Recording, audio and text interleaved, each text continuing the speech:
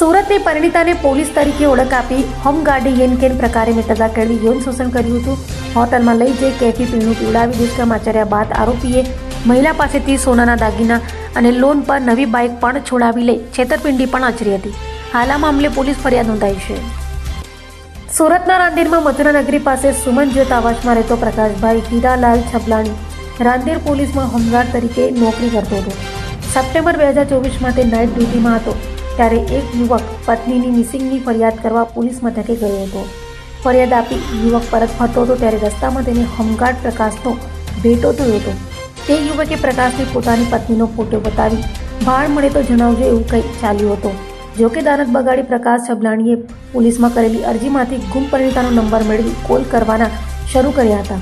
આ રીતે મિત્રતા કેળવી પોતાની ઓળખ પોલીસ તરીકે આપી હતી. મહિલાને એવું કહીને ડરાવતો હતો કે તમારા પતિએ તમારી વિરુદ્ધ રાંદેર પોલીસ સ્ટેશનમાં અરજી આપી છે. આ કેસ પતાવવા માટે તેણે મહિલા પાસેથી 15,000 પડાવ્યા હતા અને ત્યારબાદ આરોપી પ્રકાશ છબલાણી મહિલાને સ્ટેડિયમ પ્લાઝા હોટલમાં લઈ ગયો હતો, જ્યાં તેને કેફી પીણું પીવડાવી બેભાન હાલતમાં તેની સાથે દુષ્કર્મ ગુજાર્યું હતું. આટલે તેને અટકતા આરોપીએ આ કૃત્યનો વિડીયો બનાવી લીધો હતો અને તેને વાયરલ કરવાની ધમકી આપી અવારનવાર મહિલાનું શારીરિક શોષણ કરવાનું શરૂ કર્યું હતું. ત્યારબાદ મહિલા પાસેથી સોનાના દાગીના અને લોન પર બાઇક લેવડાવી હતી. હાલ તો બનાવને લઈ પોલીસે ગુનો નોંધી વધુ તપાસ હાથ ધરી છે.